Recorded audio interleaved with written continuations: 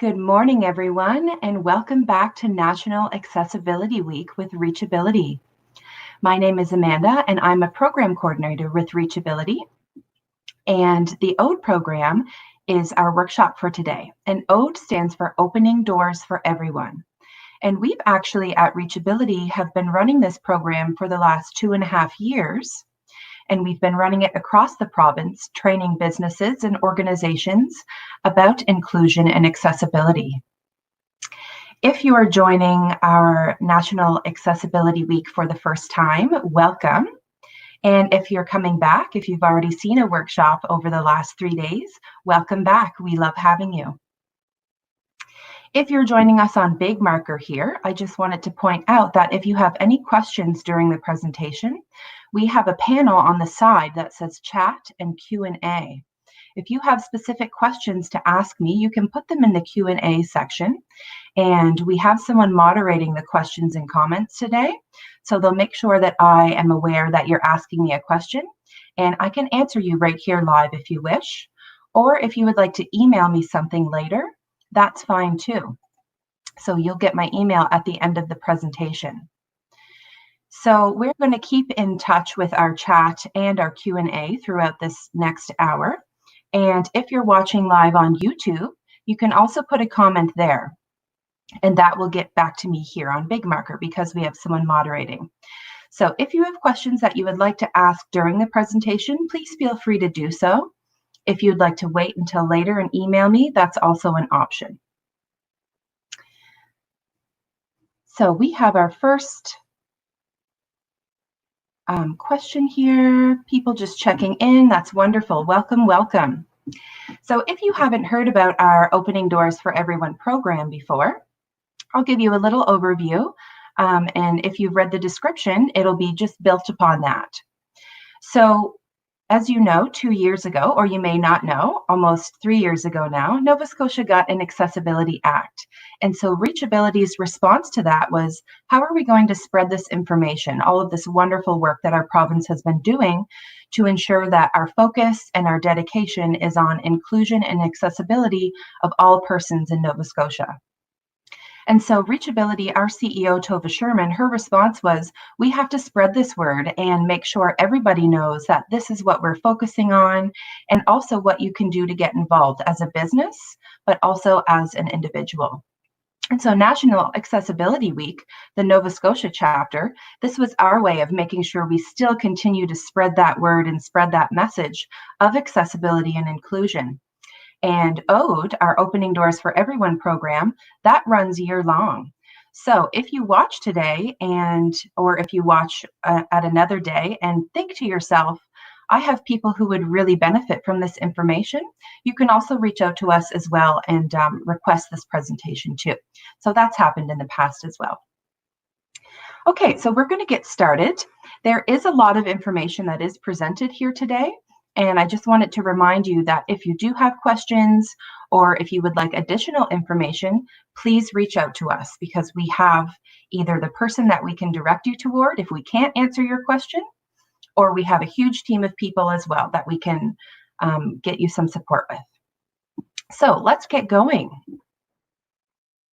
Opening Doors for Everyone. Before we start, I want to talk a little bit about what we do and why this work is so aligned with what we do every day with our clients at reachAbility. And we like to describe what we do as the reachAbility method.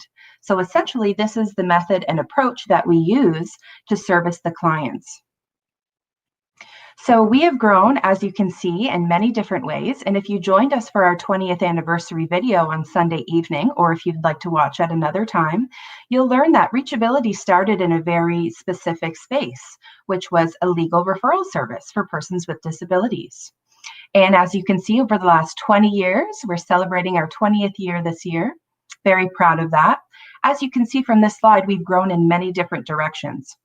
So currently we offer for clients, and all of our programs and services are free. And that's another important piece to mention when we're talking about accessibility. People can often forget about financial accessibility because financial issues can be a barrier for people. So we currently offer self-management programs where clients can come take a program to increase their confidence and their self-esteem, learn new skills like communication, conflict management. They can do strengths finding as well. So we have our One Step Closer program and our BOSS program, where clients can come and work on their self-development skills. Then we have employment-based programs, which are specific to finding work. So we work with clients where they're at and what goals they're looking to accomplish in terms of employment. We also have culture and recreation. National Accessibility Week is part of that initiative that we offer. We also have Accessible Arts and Film Festival, the only one in Nova Scotia. We have Accessible Tourist that's being built currently. So we want to make sure that people know when they come to Nova Scotia, the accessible spaces and where they can travel to. We also have a community garden that we're hoping we can get our hands into soon.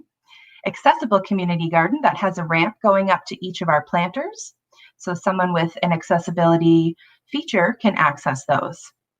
And we also have our 100% store. And if you haven't seen what we're offering yet, please check out our website because we just got it launched and there's so many really cool pieces of clothing and accessories, and they're customizable. So give our website a check for our 100% store. We also have a program called BOSS that is mental health and wellness. It's also self-development, but it's more so around mental health and wellness because BOSS is the only program that is emotional based and anger management based in the HRM that's inclusive of men and women. So we use that as part of our inclusion goals as combining people together. We don't always need to separate. We can be inclusive with what we offer. We have our Steps to Wellness program where we offer different workshops and we have guest speakers come into reachAbility. You might have, if you're keeping up with our Reach Up program on Facebook, you might have seen some of our guest speakers that have come in. And twice a week, we offer our clients lunch. So that was in response to food security issues, which again can also be a barrier. And of course, we still have our legal services. So that's where we started, and we still are able to offer those wonderful services that through our partnership with Dal law students, as well as lawyers across the province, we are able to provide that support. We also offer something called Inclusion in Action training. And our CEO has been doing corporate training for the last 25 years, 25 plus years.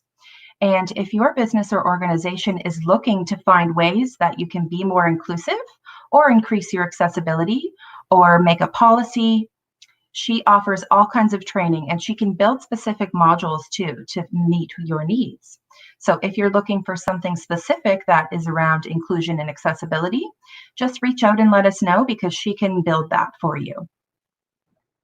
Some examples of IIA modules are diversity awareness, disability in the hospitality industry, mental health in the workplace, accommodation and assessment in the workplace and beyond, hiring and retaining diverse employees, and work-life balance. So all very important topics. And when we talk a little bit later in this presentation about funding opportunities, we're going to talk about a grant program, but we're also going to talk about additional funding opportunities. And inclusion in action training through reachAbility is something that you can apply for funding for. So we'll be revisiting this a little bit later in our presentation. So Opening Doors for Everyone is specifically focused on persons living with disabilities in Nova Scotia.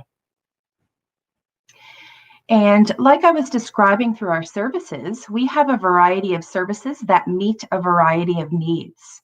And the reason why this concept is so aligned with Opening Doors for Everyone is that when we talk about persons with disabilities, oftentimes we can be very assumptive of what that looks like or what that means. And I love this picture. This is from the novascotia.ca website, accessibility website. I love this picture because it gives you really that visual image of the fact that, yes, some disabilities we can see, but a lot of them we can't. So some disabilities are obvious and we can see that somebody might need something, but sometimes we don't always know. And so we want to encourage you to start to expand your mind when we talk about inclusion and accessibility about what that could mean and the ways that it can grow beyond what we're talking about right now. This is also some Nova Scotia-based statistics that I thought it would be interesting to include. So disability types across Nova Scotia, almost 20% are pain related, almost 15% are flexibility related, just over 13% are mobility related, and almost 12% are mental health related. So again, kind of driving that point home that we can't always see or assume that somebody A does have a disability or B doesn't, and also assuming what we might think they need. So we don't want to assume things. Some other disability types that people have reported across Nova Scotia are dexterity, hearing and seeing, memory and learning, and developmental. So that cognitive division, that cognitive section of disability types in Nova Scotia is quite high. It is the highest category. So some more facts that kind of get people understanding the purpose of what we're doing, but also the reason why this is such a focus right now in Nova Scotia. You might know these facts, but they might be new to you as well. So did you know that 30% of Nova Scotians who are 15 years and older have at least one disability? And that's self-reported statistics. So we actually think it's probably higher than that. This represents the highest disability rate in Canada. Nova Scotia also, we have one of the highest percentages of senior citizens per capita. So we're actually right behind New Brunswick and Newfoundland. It seems to be a maritime thing. We have an aging population. So even if somebody doesn't have a disability per se, they still might have mobility issues and could benefit from accessibility features. And currently, right now, Nova Scotia actually has more seniors than youth, and not just youth, but newcomers as well. So if you think about what that means for our employment market, it means more people are leaving our workforce than are coming in. So we see that as a huge, for one, barrier, but also a huge opportunity to jump in there and to tap into something. So as baby boomers are moving through their 60s and beginning to retire, the number of young people and newcomers is actually insufficient to meet this gap that we're going to be experiencing. And we already are in Nova Scotia. So employers and organizations who understand this, understand those statistics and know what that means for our labor force, they're actually ahead of this curve that's coming. And they're going to be tapping into what we call the untapped workforce or the untapped community. And I want to tell you a little bit about what we mean when we say untapped. So this untapped workforce or community of people, these are people who typically get looked over because we stereotype them, we generalize, or we make assumptions. And oftentimes we do this unintentionally. It's not usually done out of malice. We just do it because we're assuming, based on what we think somebody can or can't do, what they may need. And we're here to encourage you to step a little bit back from that and say, how can I tap into this workforce or this community of people and just be there and listen to what they can do and what they're able to do? So businesses who challenge those assumptions that they might hold or those generalizations that we might make about somebody's abilities, they're actually ahead of this curve. So we talk about this gap that's coming in our workforce. If you're a business who understands that there's a whole community of people out there who are looking for work that are constantly overlooked, you've actually just increased your hiring potential and your pool of potential employees by an insurmountable amount. Some more statistics we like to give people. So we try to make a case. We try and make people understand why this work is so important. It's important for us, but we want to make sure that everybody understands that it's not just people who work in the disability community that it's important for and that it benefits. And this slide is almost like our own version of Mythbusters. So there's some assumptions that can come from people in the disability community. And for some people, it might sound a little bit harsh, but the reason why we have these statistics and why these different categories have been studied is because there are so many assumptions that come along with persons with disabilities. And so we want to myth bust some of those assumptions and actually present true facts. So these statistics come from Fortune magazine and from Simmons Market Research Bureau. And these are actually Canadian-based statistics. So almost half of the disability community in Canada are principal shoppers for their household. Now, that statistic was born because there's kind of this assumption that goes around that persons with disabilities live in supportive housing and somebody else is doing their shopping for them. So they're not really the people who are out with buying power. And that's simply not true. What we're seeing from the statistics is that is wildly untrue. Again, almost half of persons with disabilities in Canada are married. And that's another assumption, is that if you're a business who offers services that go along with weddings, if you've ever been to a wedding, you know how much work goes into them and how many people need to get pulled in to make that happen. If you're inaccessible or being non-inclusive, you're missing out on a lot of people who would benefit from and access your business services. 77% have disposable income. Again, this statistic is born because there's a myth that people who have disabilities or in the disability community in Canada receive supportive income. And that's simply not true. They think they don't have spending power or buying power, and it's actually the complete opposite. And almost 60%, so 58, own their own homes. Again, coming back to that myth that persons with disabilities live in supportive housing, not everybody does. So we have to check our generalizations and stereotypes and assumptions that we can make.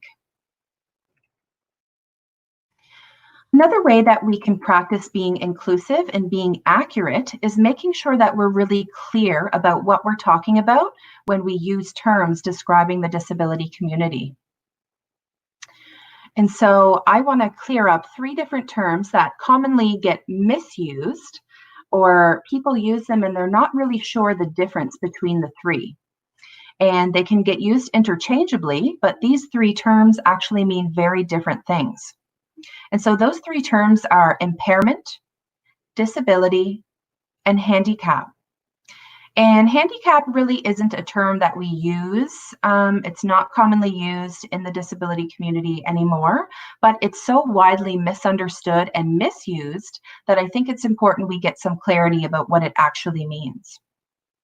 And so a way of us being proactive and being disability advocates is making sure that we know what we're talking about when we use these terms.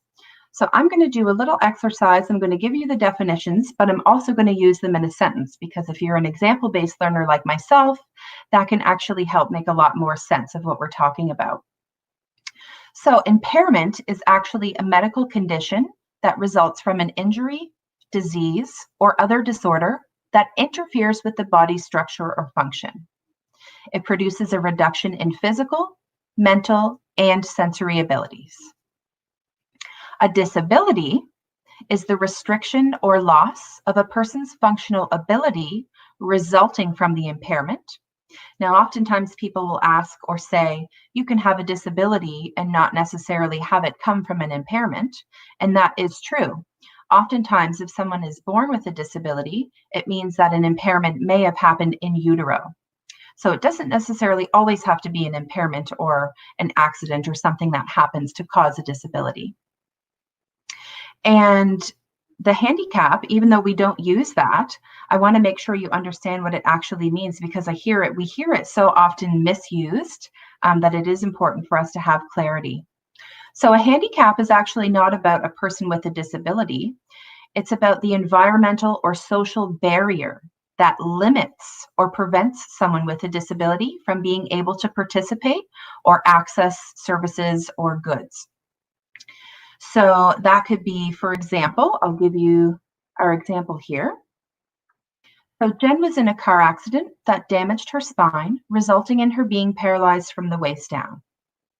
The impairment is the spinal cord injury. The disability is the resulting paralysis that she experienced. And the handicap, for example, is the building because it lacks access, such as a ramp. So I'm hoping the definitions in the example here gave us a little bit more clarity so that moving forward, we can be intentional and accurate with what we're saying when we're trying to describe and be advocates for the disability community. Okay, I love this slide because right before we got our Accessibility Act, a survey went out to Government of Nova Scotia employees, and the survey had one question. And the question was, what does accessibility mean?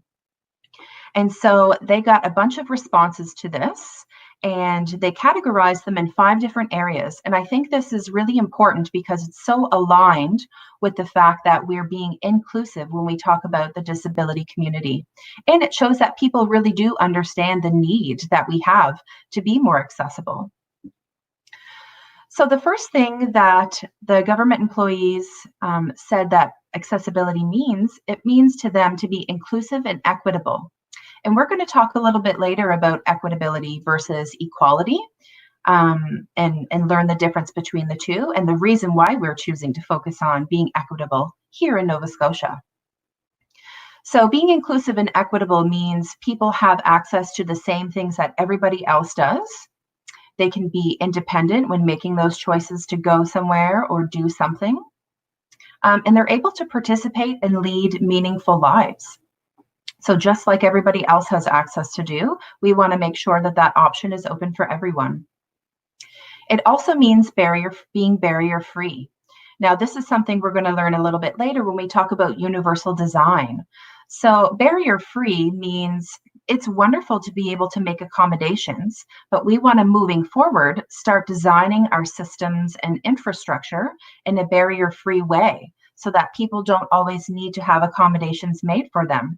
They can be independent and do things when they want and do what they want. So if we move toward a barrier-free model, it means that it opens up independence for people to choose. It also is reported that it means being safe and respectful. So I love that part because if I say to you, what does accessibility mean? You usually will get an image of what that looks like, and people will say, you know, installing ramps and making sure our access ways are accessible. But I love that Government of Nova Scotia employees brought up being safe and respectful because it's not the first thing that most people think, but it's a huge part of accessibility. So persons with disabilities want to feel safe and respected in their communities, but also in private businesses and organizations. So if someone comes into your business or your place of work, are they going to feel respected, and are they going to feel like it's a safe environment for them to be there? Because if not, they're not going to want to access that place again. I know I certainly wouldn't if I didn't feel safe and respected in a space. So that is literally something that creates accessibility, or the opposite. It also means being educated and aware. So making sure that we understand the issues that persons with disabilities face, making sure that they are included in the decisions that we're making, and making sure we hear their voice. And it also means being proactive. So we want to make sure we consider accessibility and inclusion at every stage if we're developing a program or policy or even designing a building. We don't want to get to the end and then realize we forgot and have to backpedal, because that's kind of the situation we're in right now with our Accessibility Act. We have a lot of systems in buildings that are not fully accessible or not usable at all. So now we have to think of creative ways of making things more accessible. Moving forward, we want to design these structures and systems so that we don't have to backpedal. It's already considered, and it's something that's a front runner in our considerations. So I love that slide because it really does show all of the different ways that we can be accessible, rather than just the assumption that there's only one or a few ways to become more accessible. So accessibility means more than what we originally assume it does, or more than what we originally picture. Okay, so I'm going to give you a breakdown of the Accessibility Act. If you are not familiar with the Act, this can feel like a lot of information because there is a lot of information there. But it is very aligned with the grant program, which I'm going to talk about too after I break down the Act. So you'll see they follow a very similar flow and a very similar pattern. So our Accessibility Act is just 3 years old. So it just turned 3 years old in April.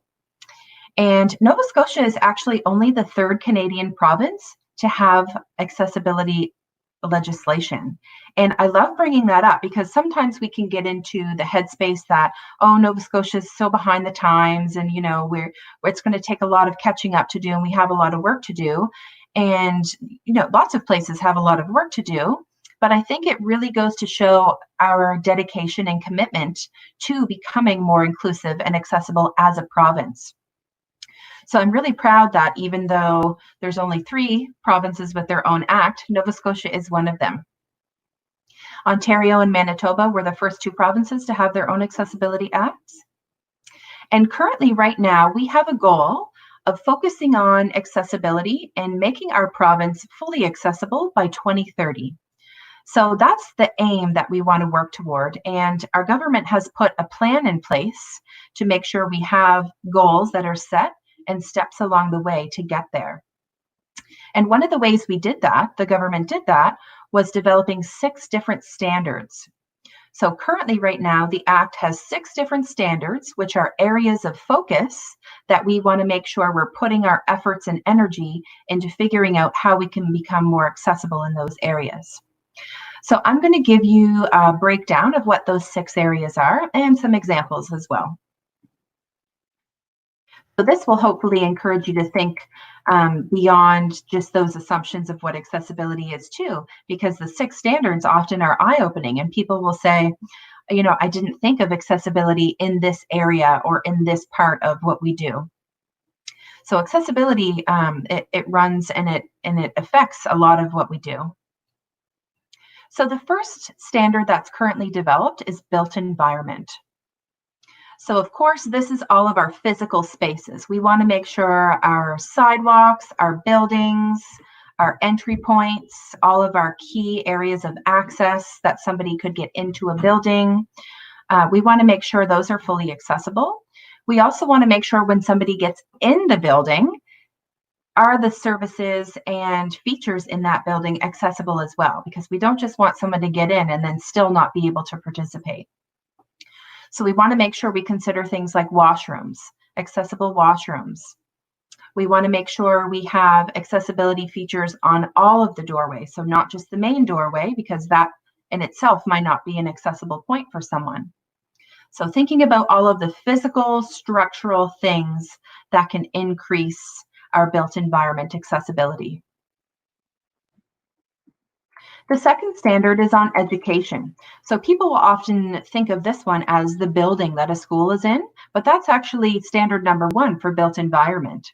Education is more so about figuring out how people can get the learning materials and instruction that they would need if they had a disability. So barrier-free learning environments means offering different ways of getting a message across, or making sure someone's learning materials like books and handouts can be offered in an accessible way.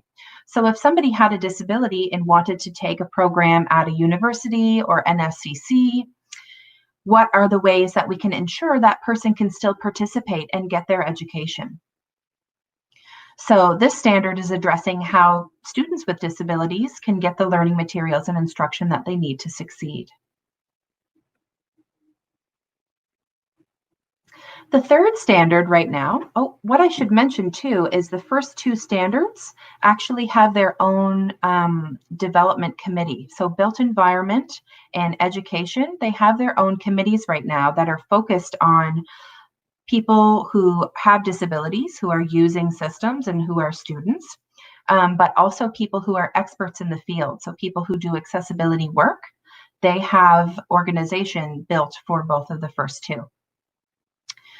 The next one is employment. So this one's very near and dear to reachAbility's heart, of course. They all are, but we have specific employment programs that are for persons with disabilities. And so this one is really near to us.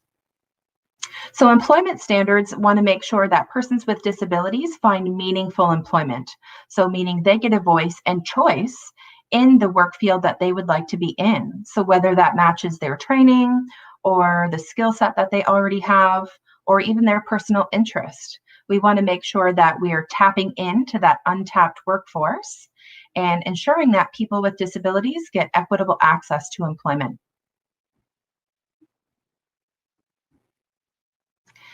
The fourth standard that we've developed for the Act is on goods and services.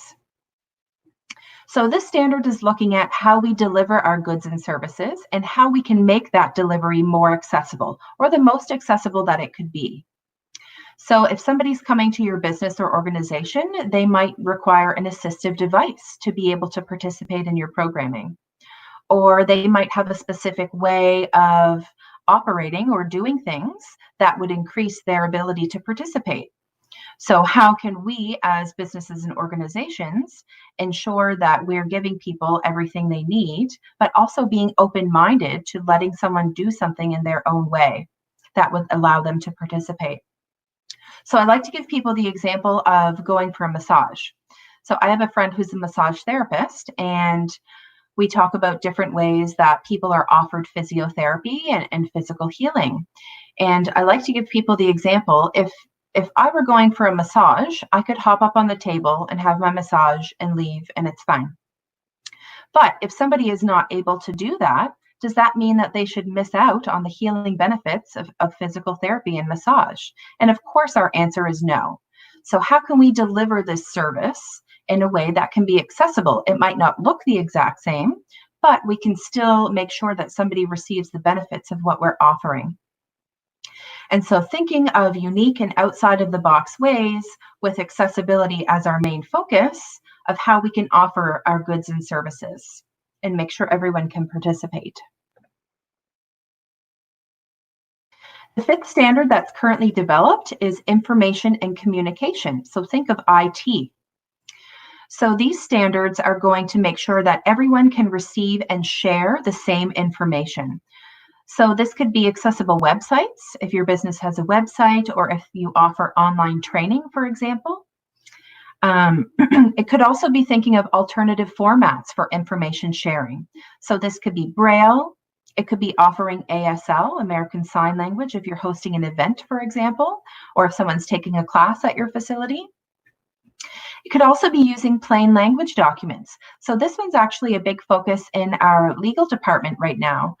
And the reason is if you've ever had to fill out legal forms before, or even tried to read a legal form, they can be really confusing, and it can almost be like a new language. So if we think about someone who might have a learning disability or a cognitive impairment, think of how extra challenging that would be. So plain language documents, or even offering large print. I know a lot of the hotels and hospitality businesses across Nova Scotia right now are focusing on having their menus available, or having specific menus available in large print so that they're compatible with e-readers. It also means having accessible websites and technologies, also PDFs. So if you offer any PDFs, we can make those accessible as well. And any other standards that help us communicate. So any information sharing, we want to make sure that we think about how can this be as accessible as possible. And the very last standard, number 6, that's currently developed is transportation. So how we make our transportation services as accessible as possible so that everyone can travel Nova Scotia, whether you're rural or urban, whether it's public or private transportation. We want to make sure that people who are traveling in our province can actually get to where they need to go. Okay, so those are currently the 6 standards that are part of our Accessibility Act. Just a few more pieces of information about the Act. Right now, the standards are going to first apply to Government of Nova Scotia. So the government really wants to lead by example and say, here are all the things that we're going to do to become as accessible and inclusive as possible, and then people can learn from their lead. They can learn by example. So that's the goal right now. The first standards being developed are built environment and education. So that's why I mentioned earlier, those 2 categories have their own standards development committees right now.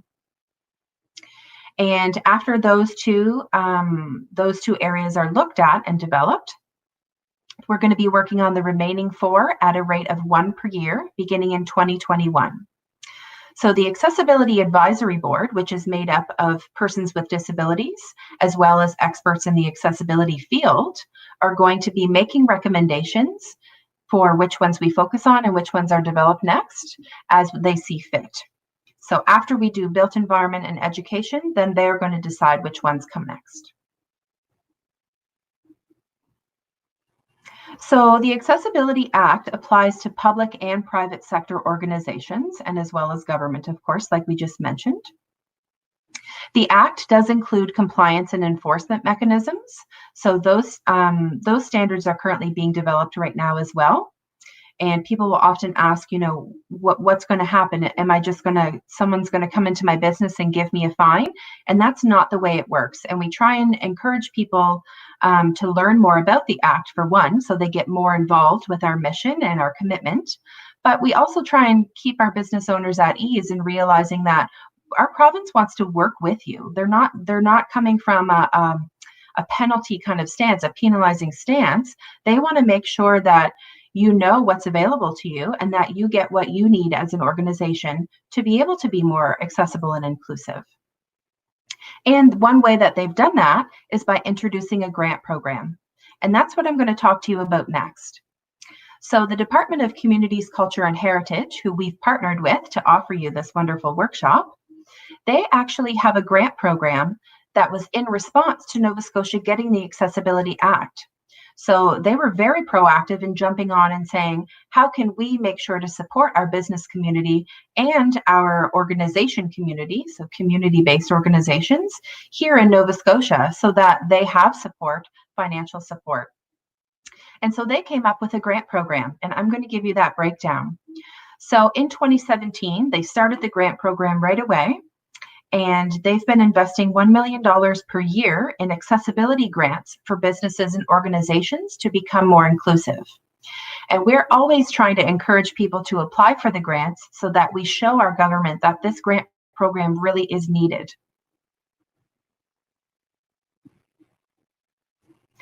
Okay, so the grant program is actually a cost-shared grant program where Nova Scotia will pay 66% of eligible expenses up to capped amounts, depending on which section you're applying for. And so around 2/3, that works out to be.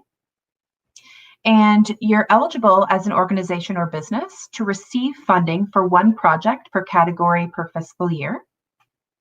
And that's the website if you'd like to read more information. So right now there is a maximum of $100,000 per business per year, but I'm going to break down the different categories, so that will make a little bit more sense when we jump forward here. And if anybody wants me to send them this website or send them the direct link, just let me know. You can send me an email afterward, or you can put it in the Q&A. And I'm just going to check in with our Q&A here. Someone asked, are you able to email us a copy of your slides?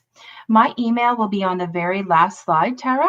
And if you want to send me an email afterward, I can send you the information that you're looking for, or I can give you more specific links, or I can send you to the person that would give you a better answer for what you're looking for. But yeah, whatever information specifically that you're looking for, you can reach out to me, Tara, and we can do that for sure. Thanks for your question. Okay, so I'm going to break down the different categories of what a business could receive a grant for. And what you'll find is it follows a really similar flow to the Accessibility Act. So you'll see the categories and you'll recognize from the 6 standards that we just went through. Okay, so our first one, of course, is built environment. A business could receive a grant for physical changes, so changes to your infrastructure. So the objective for this category is, of course, we want to remove those physical barriers for customers and employees. So if you're hiring someone with a disability and they require an accommodation that your business doesn't currently have, you could receive a grant for that too. So it increases access and accessibility not only for customers, but also to promote the hiring and accommodation of employees with disabilities. So these are things that are physical and structurally related. So these could be things like curb cuts. They could be the installation of automated door openers. Accessible parking would be an example of that. The really cool thing about the grant program is the projects that a business is thinking of that relate to accessibility are actually being considered on a case-by-case basis. So if you have this kind of out-of-the-box or not really normal kind of accessibility feature, and you're thinking this would actually increase inclusion and accessibility in my business, you can still apply for a grant.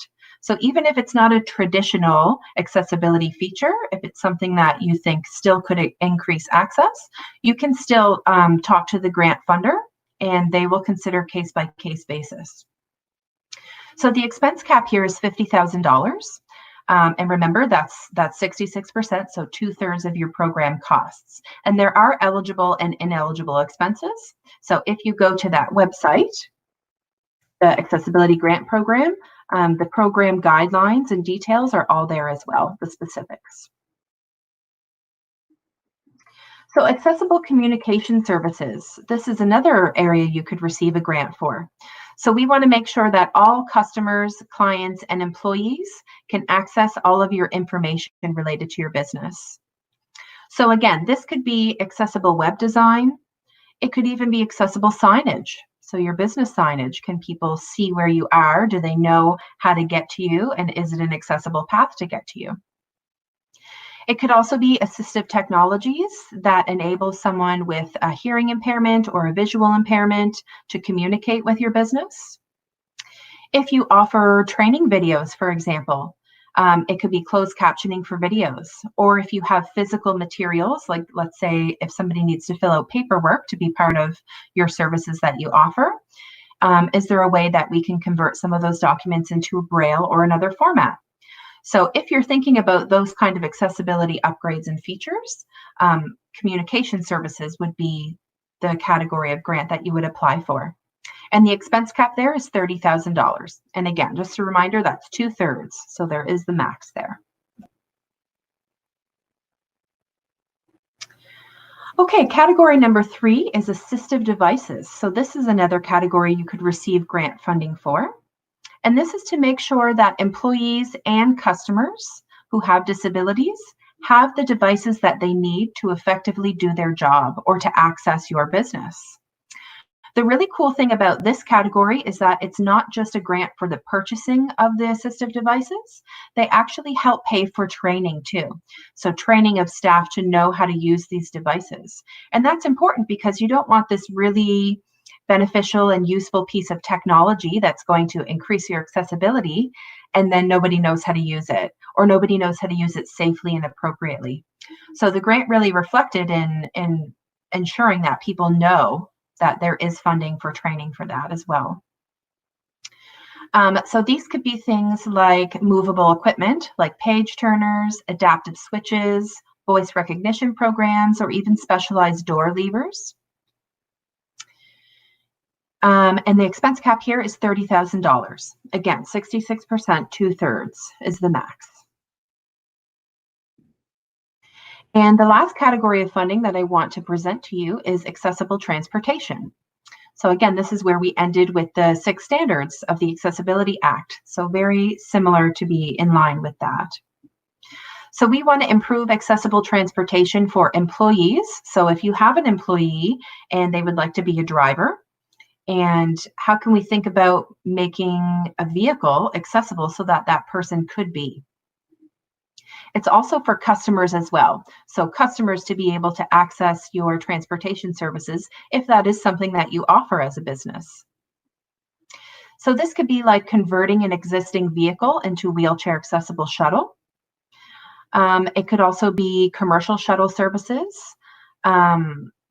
Thinking about ways, so right now, if you're from the HRM and you think about our transportation services for Metro, we have buses that come down and meet the sidewalk so that somebody could easily get on the bus. So it's a hydraulic system. So I think we're really trying to make sure all of our buses have that feature. Not all of them do right now. That's some of the feedback that we've got.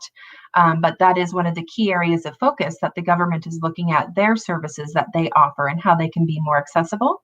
So making sure that all of our Metro Transit buses have that feature is one way that we're focusing on transportation at the government level. And the expense cap here for this transportation category is $20,000. So those are 4 different categories of examples and funding that you could receive to increase accessibility and inclusion with your business. Now, they also have a community accessibility grant program. So this would be for people who are not businesses. So this is like our nonprofits. It's also, for example, organizations who are Mi'kmaq Band Council. So they would apply for community funding.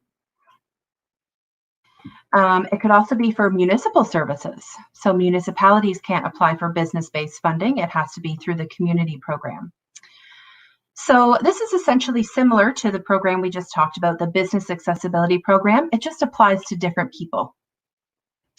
So eligible facilities could be community halls and meeting facilities, libraries, community parks and playgrounds, community culture and heritage facilities, nonprofit shelters and group homes, sport and rec facilities, Royal Canadian Legions, and municipal buildings. So if you're not a business, but you still offer services and you're community-based, you can still apply for funding too. And those were some examples of what it would apply for. So there's two tiers of funding that are for the Community Accessibility Program. So it is still the 66%, so it's still 2/3 that they'll pay, but it's a maximum of $50,000 per project if you're in a tier 2. So I'll explain the difference between the two. Tier 1 would be community organizations that are applying on their own. So you're applying by yourself, and those are a maximum of $10,000 in funding. And tier 2 is if you collaborate. So if there's other organizations, maybe you share a building or you share space with other community organizations. If you amalgamate and come together and apply, you can receive up to $50,000. So coming together and convening can actually be more beneficial if you have the option to do that. Just checking in here on the side, we have a Q&A, a question from Siobhan. Are universities eligible for the Community Accessibility Grant Program? Universities have applied for the Business Accessibility Grant Program. It just depends on the building. So some of the buildings on a university campus can be considered community-based, and some of them are business-based. So that's something that we can touch base with after the presentation, Siobhan. I can reach out to you, or you can send me an email as well.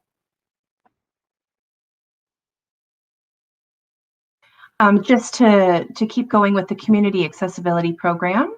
So some types of projects that you could think about if you are a community-based organization would be ramps, power door operators and lever door handles, barrier-free washrooms, elevators or lifts, audio signals and loops, lighting and color contrasting for visually impaired persons, or even having an accessible portion of a community playground.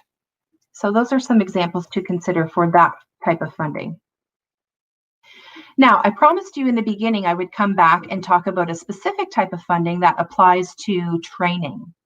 And the inclusion and action training that our CEO offers is something that you could have funded through this program. And this program is called WIPSY.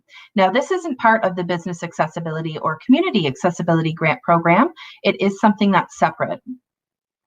So WIPSY stands for Workplace Innovation Productivity Skills Incentive. And they fund training or workshops that will increase the skills or increase productivity within your business. And inclusion and accessibility is one way that people could be trained and be more skilled and be more knowledgeable and educated on those matters. So WIPSY is about training funding for your business. And the cool thing about WIPSY is they offer for businesses who are 50 employees or less and Nova Scotia based, they offer 100% funding. So any of the associated fees that come with taking inclusion in action could be 100% funded. So that's kind of neat. And if you have more than 50 employees, you still are eligible. It's just not 100% funding. So basically, this training should foster workplace diversity and increase innovation, improve productivity. So one of our inclusion and action training modules is called diversity awareness training. So that's something that could be an example for an applicable training. So the contact there is novascotia.ca, and that's the program website. Again, I can send that to you if it's something that you didn't get a chance to catch right now, or if it's something you have more questions about, you can reach out to me. Okay, I just want to touch really quickly on the Accessible Canada Act, so the ACA. We were, Nova Scotia actually had its own act before the ACA came into play.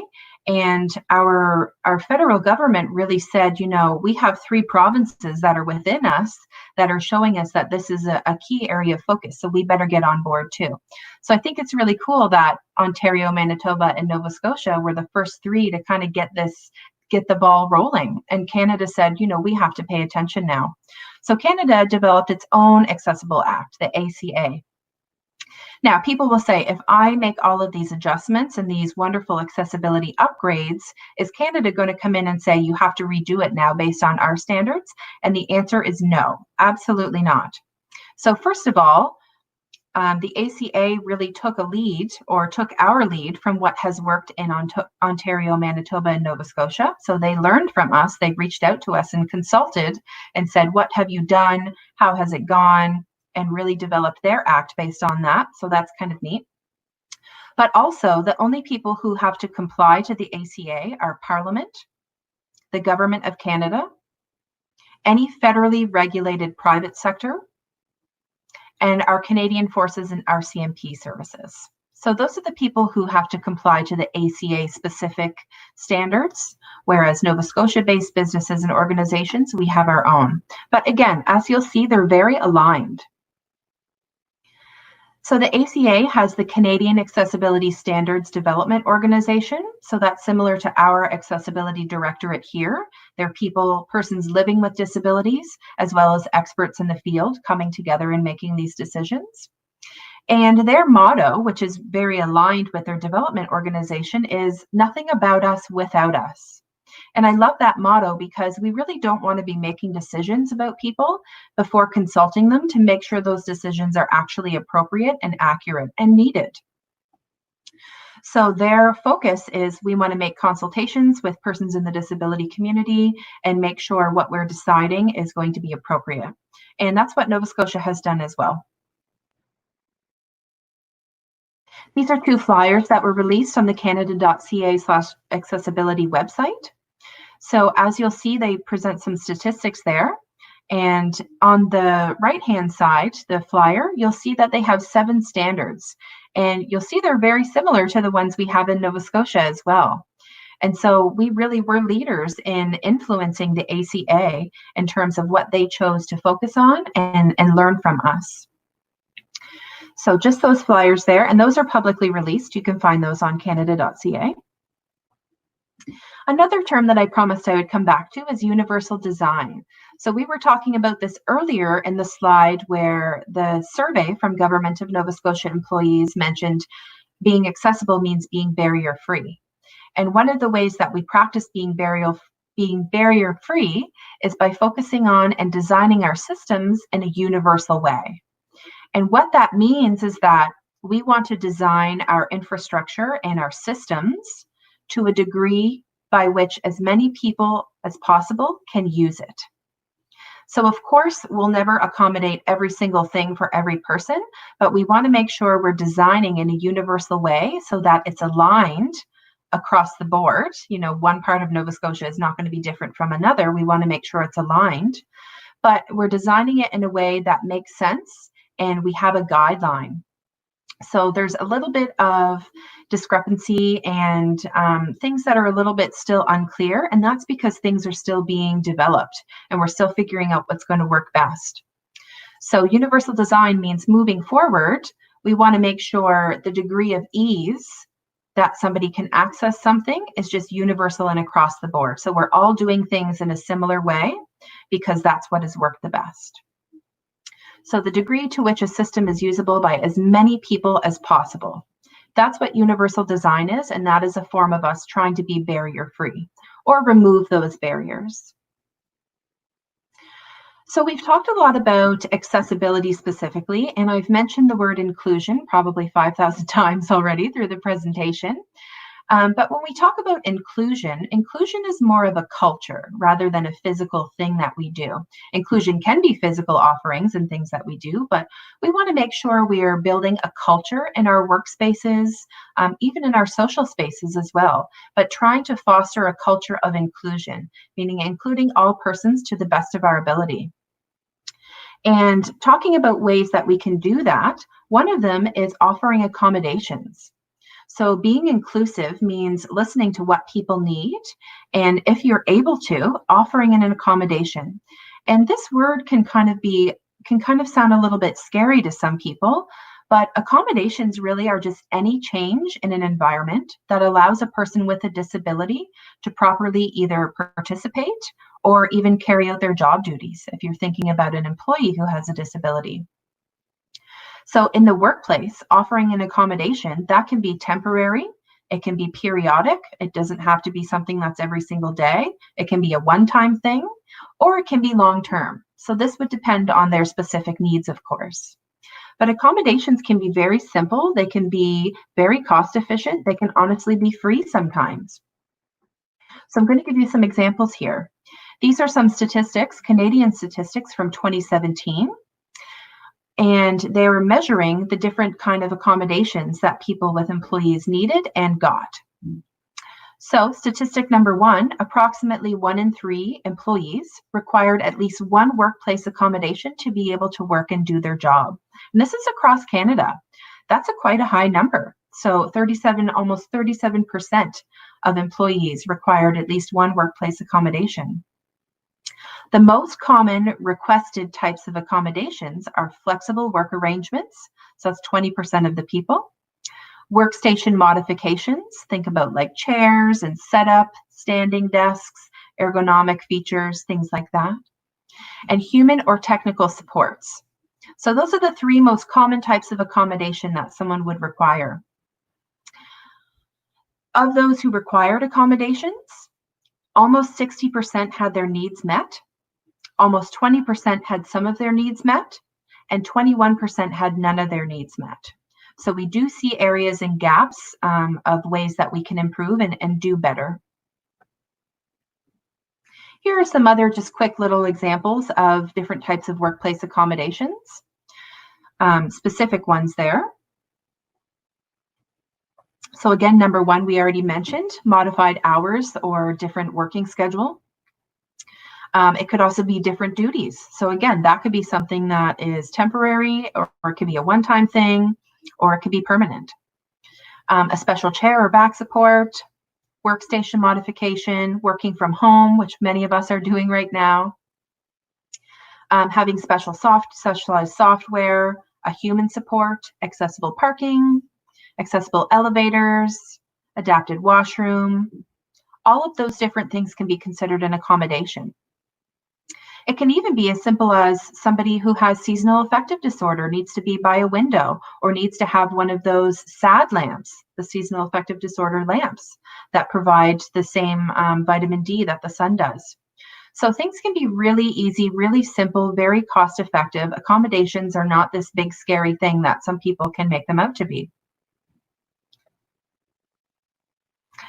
And I also promised I would come back to doing a module or just a little piece here on the difference between equality and equity. And this was part of also the survey that people said what it means to be accessible is by offering equitable services rather than just equal. And I want to give you a visual. You've probably seen this. This is a really common and a really popular image. But for people who might not necessarily learn in a way that someone is talking to you and you absorb that information, that's why I included the picture here. So if you're a visual learner, this can help kind of make sense of things. So equality means giving everyone the same thing. And at first that seems great and it's kind of an attractive kind of way of moving forward. It actually doesn't work. So if we're just giving everyone the same thing, we can't have an equitable, inclusive, and truly accessible workplace or building because not everybody has the same needs. And I love the way this picture points it out. As you see on the left, if we give everyone the same thing, even though that seems great, it still doesn't allow everyone to participate. So if we meet people's needs with what they specifically need, that's being equitable. That's offering equity, giving people what they specifically need to succeed.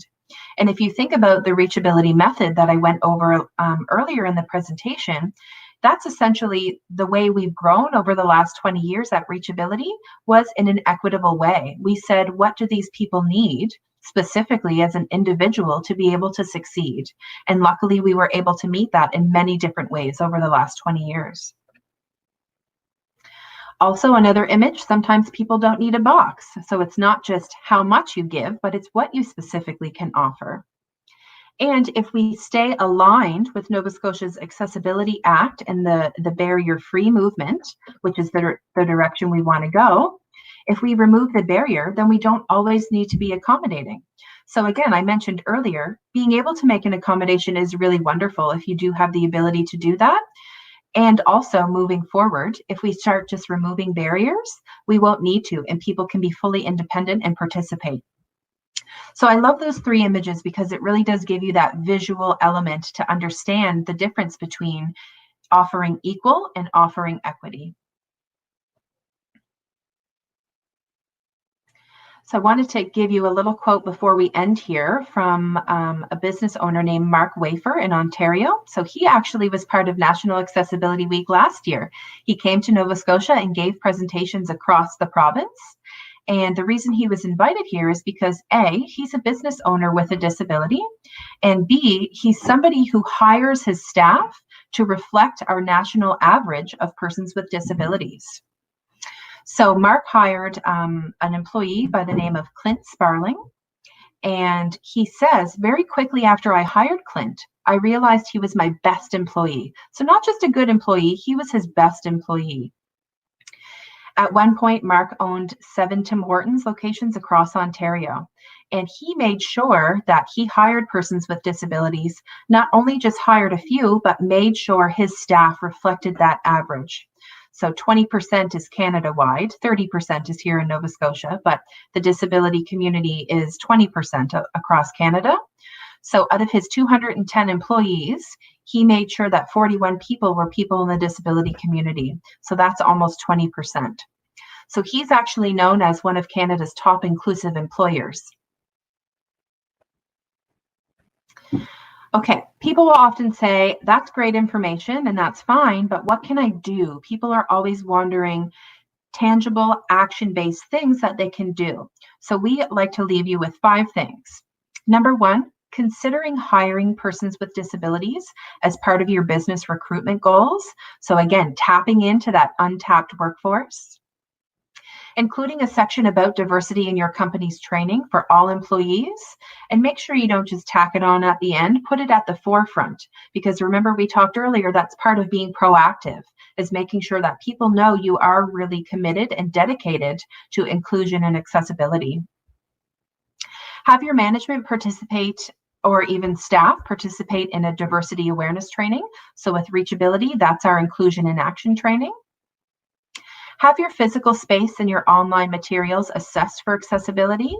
And then, of course, when you do that, applying for a grant to help cover any costs of improvements or renovations. So we want people to still be applying for those grants to show that they are needed. So those are 5 action-based, tangible things that you can do moving forward. An end reflection here. Did you gain any new perspective today? These are just things that you can consider. What's your most important takeaway from our discussion? Or even consider one thing you might do differently after today, after learning this information and learning what's available to you. There's my email. If anyone would like to send me, shoot me an email if you have any questions. So I'll just take a minute here to check in with our Q&A section and our chat section.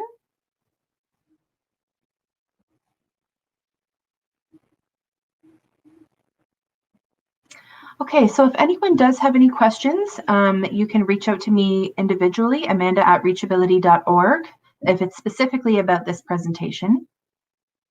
This is also going to be available on YouTube, so if you came in late or you weren't able to catch the whole thing, that's okay. You can watch it at another time as well. Okay, everyone, thank you so much for joining today. I hope you're able to catch some other of our NAAW activities. They're happening all week up until and including Saturday. So we have tons of stuff available. Please check out our website, reachability.org/National Accessibility Week. And you'll find a full list, a full calendar there. And if you weren't able to register ahead of time, you can still register now. That's okay. You can jump on board. So we hope to see you at some more of our events for NAAW, and I hope you take care. Thanks for joining us today.